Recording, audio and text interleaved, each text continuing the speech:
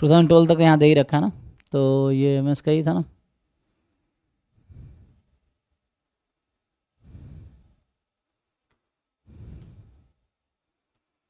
सो 2012 में अगर ट्राई किए हो तो बताओ डाउट क्या है, क्योंकि इसको कंप्लीट करना है ना, डाउट ऐसे किसी का है नहीं। इसको निपटाओ एक साथ। अब कल मुझे लग रहा है कल या तो मैं सीधा 5-6 साल का एक साथ रख दूँ जो भी डाउट होगा, क्योंकि इसको जल्दी कंप्लीट करना है, फिर मॉक टेस्ट डिस्कशन स्टार्ट करना है। सो जितना जल्दी ये कंप्लीट हो जाएगा तो फिर मॉक टेस्ट डिस्कशन स्टार्ट करेंगे।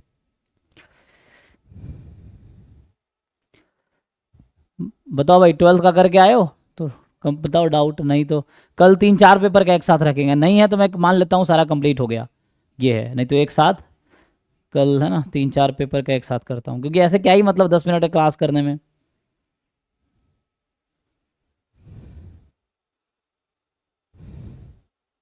सारा पेपर कंप्लीट करके आओ, तो जो बच्चे नहीं आ रहे इसका मतलब उनको डाउट नहीं है, क्योंकि ये PYQ का डाउट चल रहा है। उनको डाउट है पूछो, नहीं है बहुत अच्छा, ये चीज़ें हैं। लेकिन बाद में पूछा तो फिर मैं गाली दूंगा, ये है कि अभी जब डाउट ले रहे हैं तब डाउट नहीं है। और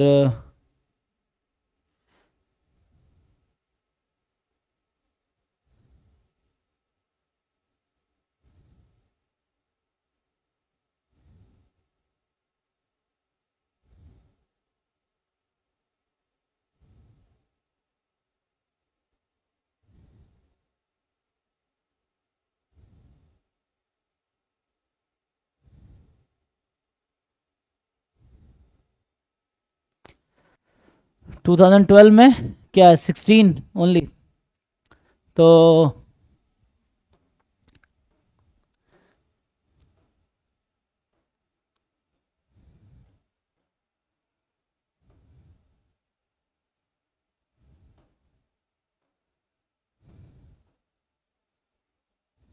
अच्छा ये क्वेश्चन, ओके।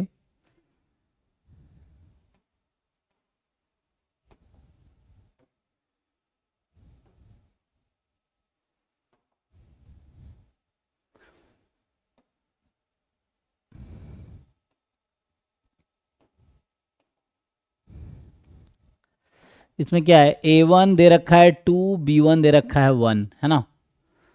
तो AN+1 जो है A1+B1 का एवरेज है, अर्थमेटिक मीन।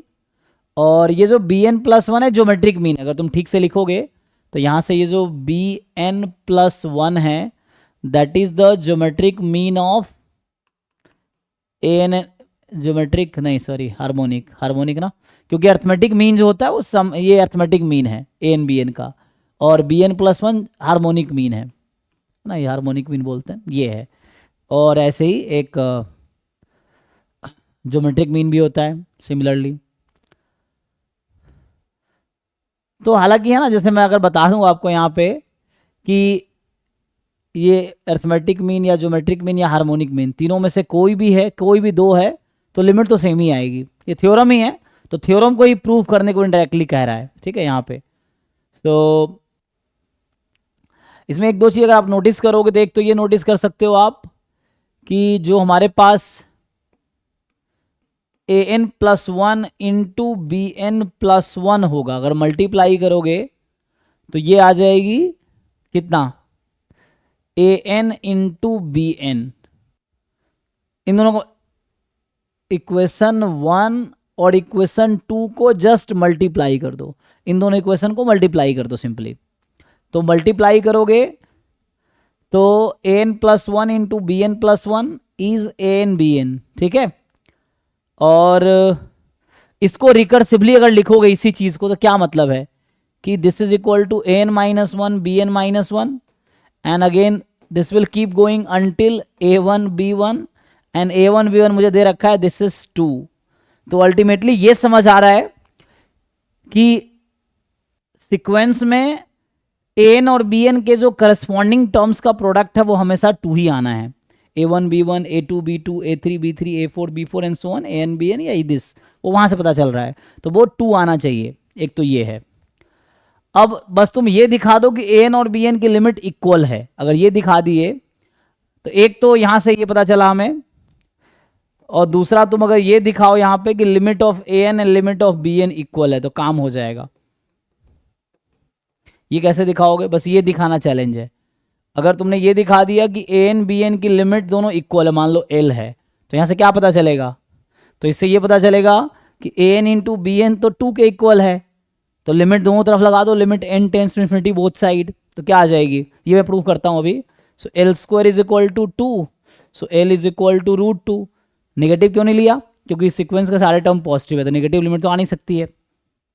A1 B1 है ना, तुम पुट करके देख लो कुछ टर्म निकाल के, A1 B1 पॉजिटिव है तो आगे के सारे टर्म पॉजिटिव ही आएंगे, नेगेटिव तो आना नहीं है, क्योंकि है ना arithmetic mean, geometric mean, harmonic mean क्या होता है, तो उस बीच में ही आना है। तो इसका मतलब लिमिट √2 आ गई। तो क्योंकि ये सब्जेक्टिव क्वेश्चन था तब पूरा डिटेल में प्रूफ लिखना था, अभी क्वेश्चन आएगा तो इस तरह क्वेश्चन फिर से आ सकता है, लेकिन वहां से आपको ऑब्जेक्टिव वे में पूछे जाएंगे, नॉट इन द सब्जेक्टिव वे। तो यहाँ पे जैसे पहला है कि कह रहा है कि दिखाओ b n less than equal to a n है, तो ये तो आप जानते होगे कि arithmetic mean is less than equal to geometric mean, sorry arithmetic mean is more than equal to geometric mean, यही होता है ना, तो उससे नहीं प्रूफ हो जाएगा। ये हार्मोनिक, अच्छा A M G M H M में रिलेशन पता है, तो ये जो पहला पार्ट हो तो ऐसे ही प्रूफ हो जाएगा कि arithmetic mean is more than equal to geometric mean is more than equal to harmonic mean, तो इससे पहला पार्ट आ जाएगा, ये हम जानते हैं ऑलरेडी। तो ये जो ए एन प्लस 1 है ये अर्थमेटिक मीन है, तो ए एन प्लस 1 इज, और ये जो harmonic, this is the harmonic mean, b N plus 1 is the harmonic mean. Geometric mean क्या होता है, अगर मान लो कोई तीसरा सीक्वेंस होता मेरे पास, तो ये होता है geometric mean A N B N, root under A N B N geometric mean है ना, ये सब हमने लोअर क्लास में पढ़े हैं 11th-12th में। सो जैसे सी एन प्लस 1 होता है root under A N B N, तो इसका मतलब है कि C N is the geometric mean of A N B N. So है ना, A N plus 1 arithmetic mean है, C N plus 1 geometric mean है, B N plus 1 harmonic mean है, तो इस ऑर्डर में होता। अगर वैसे लिखोगे तो इन तीनों का ऑर्डर क्या होगा, so using this relation A M G M H M, ये जो A N plus 1 is C N plus 1 is B N plus 1, तो हो गया पहला पार्ट प्रूफ। पहला पार्ट यही कह रहा ना कि ए एन, कोई फर्क नहीं पड़ता, ए एन और ए एन प्लस 1 है, क्या फर्क पड़ता है, एन प्लस 1 को एन रख दो, उसमें कोई दिक्कत थोड़ी है। तो ये हो गया, तो यहाँ से प्रूव हो गया A N plus 1 is more than equal to B N plus 1, means A N is more than B N, तुम इसको फर्दर ऐसा लिख सकते हो, ये है। तो हमें ये दिखाना है ए N is more than B N, C N की जरूरत नहीं है इस क्वेश्चन में, समझाने के बोल रहा हूँ कि एग्जाम में अगर आपके एग्जाम में सी एन आ गया तो भी ऐसे ही हो जाएगा। So A N C N B N हो गया। अब तो ये तो ओके है, अब ये दिखाओ कि बी एन प्लस 1 ज़्यादा है बी एन से, इसका मतलब है बी एन जो सीक्वेंस है वो एन की वैल्यू जो हम घटाएंगे मतलब बढ़ाएंगे तो वैल्यू बढ़ेगी, इंक्रीजिंग है ना, तो मुझे दिखाना है कि b N is increasing sequence. तो दिखाओ क्रॉस मल्टीप्लाई करके, है ना, तो इसमें एक इंक्रीजिंग एक, क्योंकि हर बार ना प्रोडक्ट सेम है, समझ रहे हो, जैसे ए एन बी एन के टर्म का प्रोडक्ट हर बार सेम है, इसका मतलब एक इंक्रीज कर रहा होगा दूसरा डिक्रीज कर रहा होगा, और प्रोडक्ट उसका कांस्टेंट है ना। सो इस तरह से रिलेशन है, तो वैल्यू निकाल के भी देख सकते हो चाहो तो, जैसे यहाँ से तुम कुछ वैल्यूज निकाल लो, अल्लाह प्रूफ है ना, प्रूफ तुम लिख सकते हो मैथमेटिकल वे में, अगर तुम जैसे ऑब्जर्व करना चाहो तो जैसे यहाँ पे A1 है 2 और B1 है 1, इन दोनों के हेल्प से A2 आ जाएगा और B2 आ जाएगा, तुम खुद निकाल के देखो तुम्हें समझ आ जाएगा। मैथमेटिकली भी प्रूफ किया जा सकता है, प्रूफ तो उस बुक में लिखा भी होगा, सॉल्यूशन वाली बुक में प्रूफ लिखा होगा ना, देखो कहाँ डाउट है। एक तो ये पार्ट रह गया प्रूफ करना, और एक इंक्रीजिंग डिक्रीजिंग वाला, देखो वो तो वैसे ही देख के पता चल जाता है, क्योंकि ऑब्जेक्टिव एग्जाम है तो हमें प्रूफ लिखना नहीं है, लेकिन हमें समझना है कि प्रूफ आता कैसे है, बस यही है। तो एक तो ये चीज़ प्रूफ करनी है, ये दिखाना है, तो इसमें पता चलेगा आपको। चलो A2 निकाल देता हूँ, तो A1 प्लस B1/2, तो 1 + 2 ये हो गया 3/2, सो A2 हो गया 3/2, वैल्यू क्या घट गई। और B2 में क्या हो रहा है, B2 निकालोगे तो यहाँ से देख लो, 2 × 2 4, 4/3, 4/3, सो ये कितना हो गया 4/3, 1 पॉइंट समथिंग। तो यहाँ से आपको ये समझ आया कि जो A1 था that is more then this and this is less then this, तो ये चलता रहेगा अब A3 A4 and so on, यहाँ चलता रहेगा B3 B4 and so on. तो मतलब ये समझ आया कि जो AN सीक्वेंस है, AN ई जैसे n की वैल्यू बढ़ रही है घट रही, तो AN is decreasing and BN is increasing. वो मैंने ऐसे ही मैथमेटिकली आपको बता दिया, फाइंड करके देखिए, आप वैसे भी कर सकते हो। ये तो हमने नंबर्स पुट करके किए हैं, प्रूफ उसका बुक में लिखा होगा, लिख सकते हैं, सेम प्रूफ मैं भी लिखूंगा अगर लिखूंगा तो। बट ऑब्जेक्टिव एग्जाम में इतना जरूरत नहीं है कि आपको एकदम डिफरेंस लेके दिखाना है, लेस देन एप्सिलॉन या समथिंग नेगेटिव पॉजिटिव, जरूरत नहीं है, आप कुछ टर्म लेके आप देख पाओगे कि क्या हो रहा है। तो इससे ये है कि पता चल रहा है कि ऐसे भी यहाँ से भी पता चल रहा है कि हर टर्म का प्रोडक्ट 2 है, इसका मतलब एक इंक्रीजिंग होगा एक डिक्रीजिंग, अदरवाइज कांस्टेंट हो जाएगा। कांस्टेंट सीक्वेंस अगर नहीं है तो इसका मतलब है कि एक इंक्रीजिंग एक डिक्रीजिंग है, तो तभी जाके हर बार कांस्टेंट मेंटेन्ड है प्रोडक्ट उसका, है ना, प्रोडक्ट मेंटेन्ड है। अब ये दिखाना है कि लिमिट दोनों का इक्वल है, दिखाओ लिमिट दोनों का इक्वल है। सो लिमिट दोनों का इक्वल है, ये दिखा दोगे तो जैसे मैंने प्रूव कर दिया कि L into L, L square is 2 तो एल इज √2, नेगेटिव टर्म किसी सीक्वेंस का है नहीं तो नेगेटिव लिमिट आना ही नहीं है, तो नेगेटिव ऐसे ही नोट कर दिया, तो ये आ गया रफली प्रूफ आ गया। अब बस ये पार्ट बाकी, बताओ इसको कैसे प्रूफ करोगे। ठीक है, तो ये तो ऐसे इंट्यूशन से देख लिया, ये तो AMGM से आ गया, ये वैसे ही आ गया। दिखाओ तुम, अगर तुम दिखाना चाहो तो BN+1 माइनस BN दिखाओ पॉजिटिव है, तो उसमें फिर उसके अकॉर्डिंग जाना पड़ेगा, है ना, प्रूफ से। इसमें घटाओ, यहाँ से आ जाएगा, तो उससे भी हो जाएगा, तुम प्रूफ भी लिख सकते हो कि BN+1 में से BN घटाओ। प्रूफ ऑलरेडी लिखा हुआ है बुक में, तुम प्रूफ देख सकते हो। तुम्हें प्रूफ अगर बस समझने के लिए है तो मैं समझा देता हूँ, प्रूफ अगर रट्टा मारना है तो बुक में जो डिटेल लिखा हुआ है उसको रट्टा मार लो। और क्योंकि जैम गेट में रट्टा की ज़रूरत है नहीं, समझने की ज़रूरत है और हमें अप्लाई करना है। सो माइनस BN, इसमें BN कॉमन लो, सिंप्लीफाई करो, दिखाओ कि ये जो आएगा वो पॉजिटिव आएगा, है ना। इसमें तुम सिंप्लीफाई करके बस ये दिखा दो कि ये पॉजिटिव है। अगर तुमने ये दिखा दिया पॉजिटिव है तो हो गया हमारा काम, जो दिखाना है यहाँ पे ये दिखाना है ना, ये पॉजिटिव है तो बस सिंप्लीफाई कर दिखा दो पॉजिटिव, सेकेंड पार्ट इससे हो जाएगा। और थर्ड पार्ट में रह गया the sequence AN converges to the same limit, तो वो तो मैंने दिखाई दिया converges to the same limit, लेकिन एक चीज़ मैंने यूज़ किया है, वो क्या यूज़ किया है कि AN BN की लिमिट इक्वल है, तो लिमिट दिखा दो इक्वल हो, बुक में लिखा हुआ है ये देख लो, या इसको करके बताओ, देखो कैसे होगा इक्वल, क्योंकि एक इंक्रीजिंग है एक डिक्रीजिंग है। और एट द एंड, है ना, हुआ गया है कि एक 2 से स्टार्ट हुआ, डिक्रीज होते होते √2 पे चली जाएगी, है ना, AN √2 पे चली जाएगी। B1 1 से स्टार्ट हुआ है, इंक्रीज होते होते √2 पे चली जाएगी, यही है, तो यहां से आ जाएगा। ठीक है, देखो प्रूफ एक बार लिख के, नहीं तो मैं लिख के बताता हूं।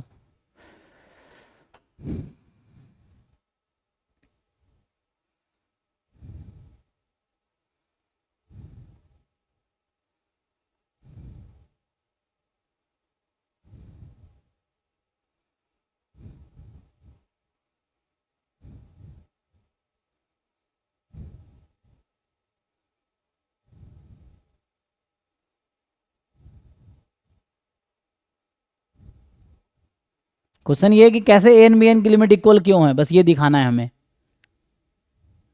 पर तुम खुद ट्राई करो, फिर मैं ट्राई करता हूं, देखो।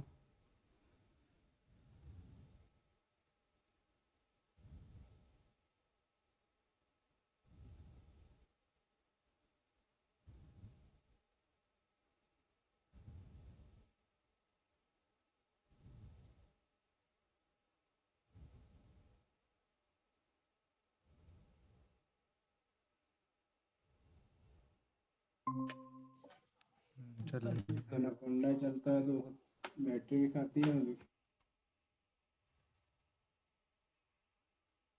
समझ आया जी, देखो।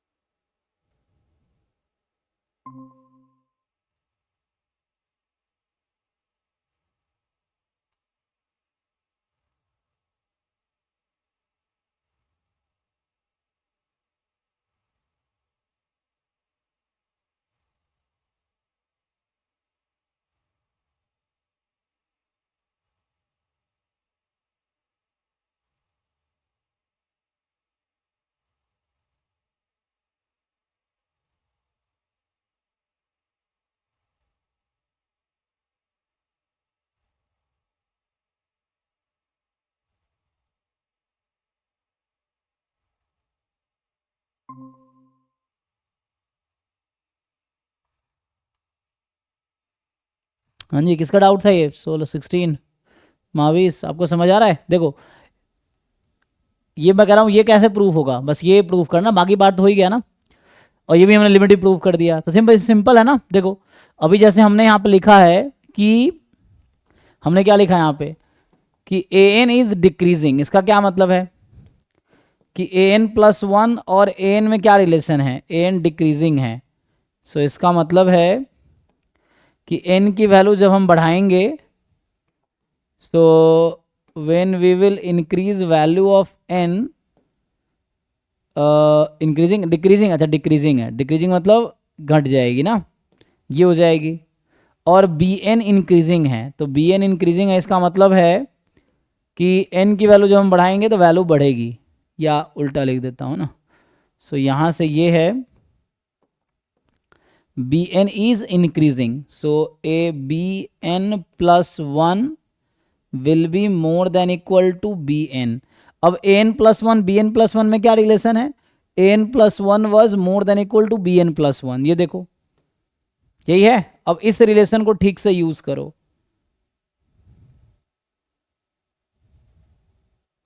सही लिखा है रिलेशन।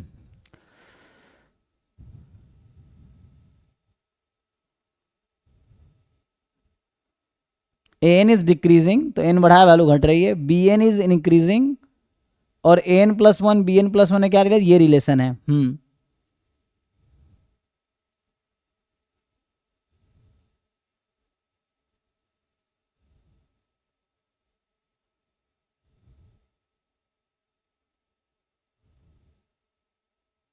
ठीक है ये, तो यहां तक तो ठीक है आई थिंक। हाँ